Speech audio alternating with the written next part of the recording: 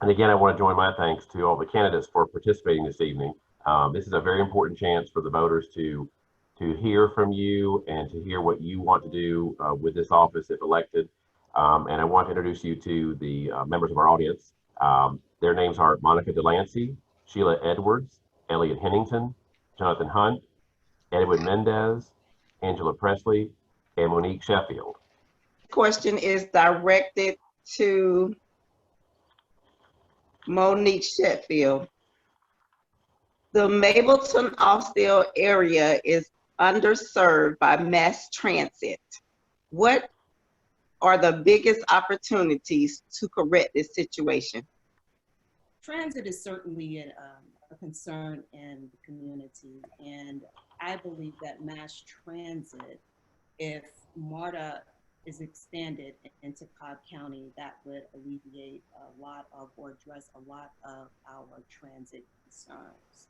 With the MARTA expansion, which I understand is on the ballot, would also provide opportunities for people to seek employment and educational opportunities outside of the community. MARTA is a mode of connection. It connects people to entertainment, again, to jobs and education. I think that it will also improve our quality of life. In doing that, it will reduce our carbon footprint. It would also reduce or alleviate it would alleviate the traffic congestion that we have in our area. Yes, transit is one of those essential services, just as police are and education is.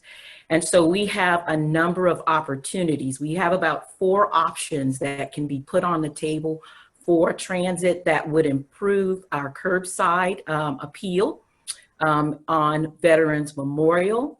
And I think that we've had this conversation for long enough. I think 2022 is a great opportunity for our citizens to weigh in on transit. Our responsibility is to bring them the options so that they can decide what they'd like to do with that. We could get 27 miles for about $500 million. There are some options with the state that about 80% that could help us fund that. We're already spending about 19 million on transit. And so we would be looking at about $81 million if we go through a gold service of BRT through Veterans Memorial. But there are some other options on the table, and I'd like our citizens to know about those. Those are light rail that can connect to MARTA. But as I say, the important part is giving our residents that robust community engagement so they know full well what their options are. And then you as the community, you get to decide that. Right into the question. Really, I'm optimistic about the future of public transportation here in Cobb. The county's already conducted surveys. There is a support for mass transit. There's support for Cobb to join MARTA. But in short, I think we need to put a referendum before the people, let the people decide whether or not they want to join MARTA in one of the most robust public transportation systems we have in this country. We need high capacity transit options, which include rail and bus rapid transit, because the bus rapid transit is cheaper and can be delivered a little bit more quickly.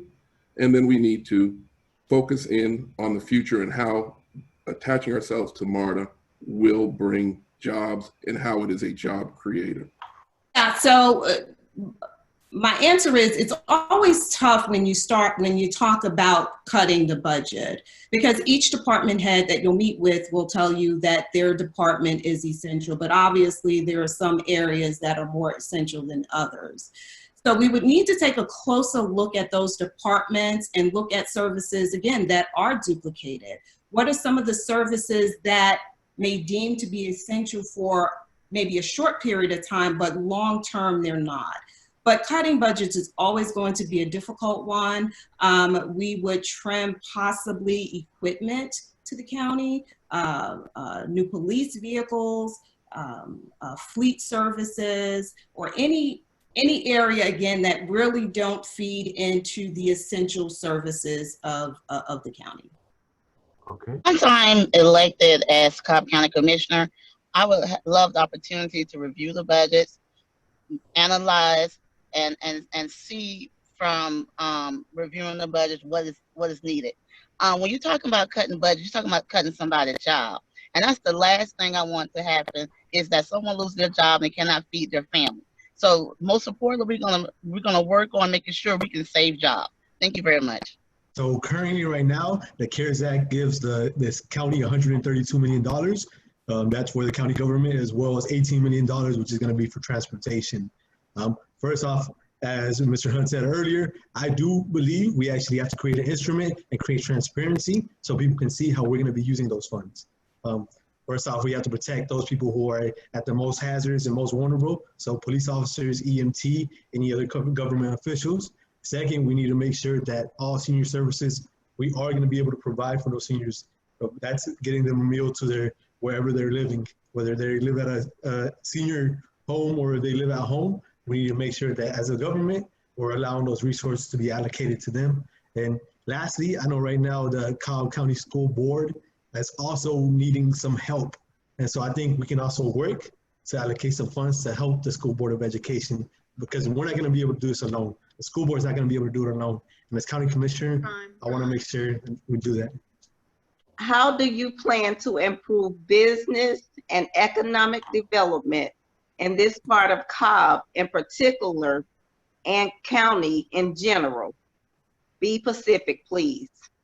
Offer some incentives, encourage them to come in and let them know that the county is growing, that the possibility of you being vibrant and grown is a good chance. Let them know that this is a family-oriented area. We're here to support one another.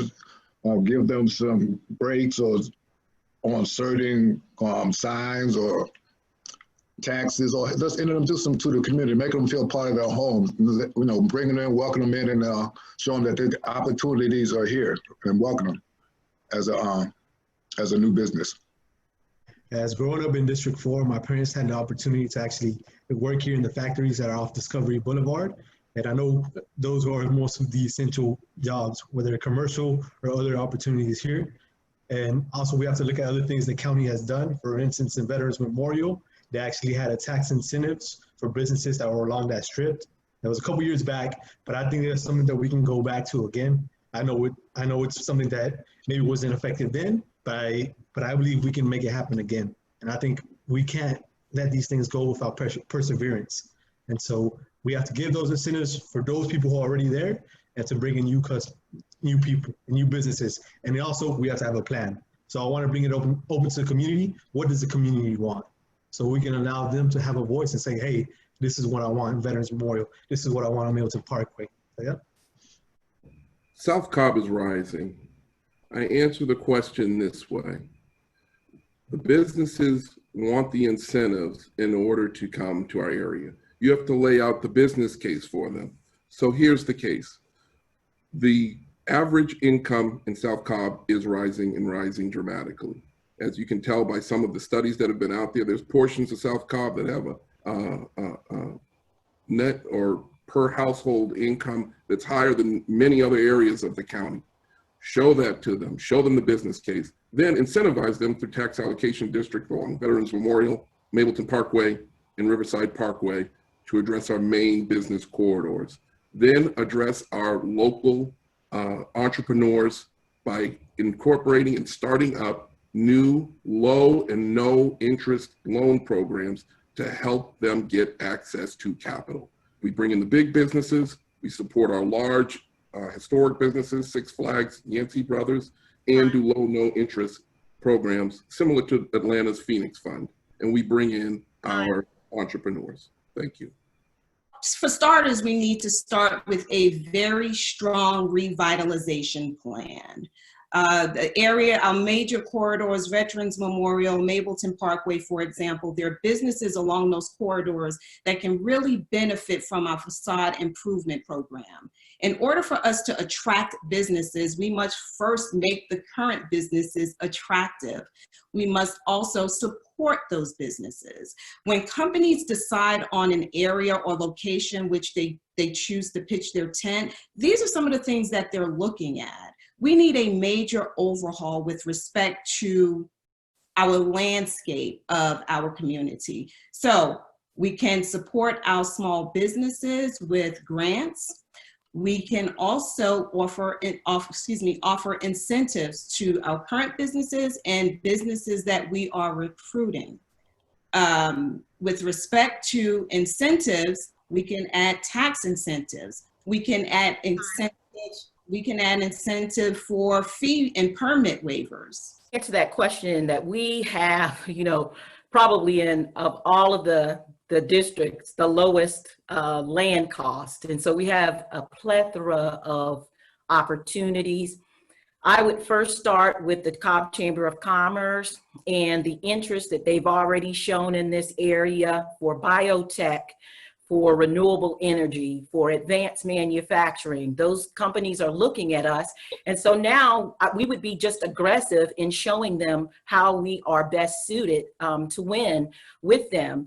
We have the 50 acres, 10 of which we could use a supplier, a renewable energy employer that would pay our residents 20 plus an hour, over 6 figures, to get the ball rolling. We know that in terms of our residential areas, we don't necessarily have enough rooftops to show a potential developer coming in what we could do for them. But if we had those interests from other areas that the Cobb Chamber is already courting for us, then that would be our plan, to get our residents working and to have candidate in this race that's been advocating for the development of Magnolia Crossing, 50 acres of undeveloped land right in the heart of South Cobb.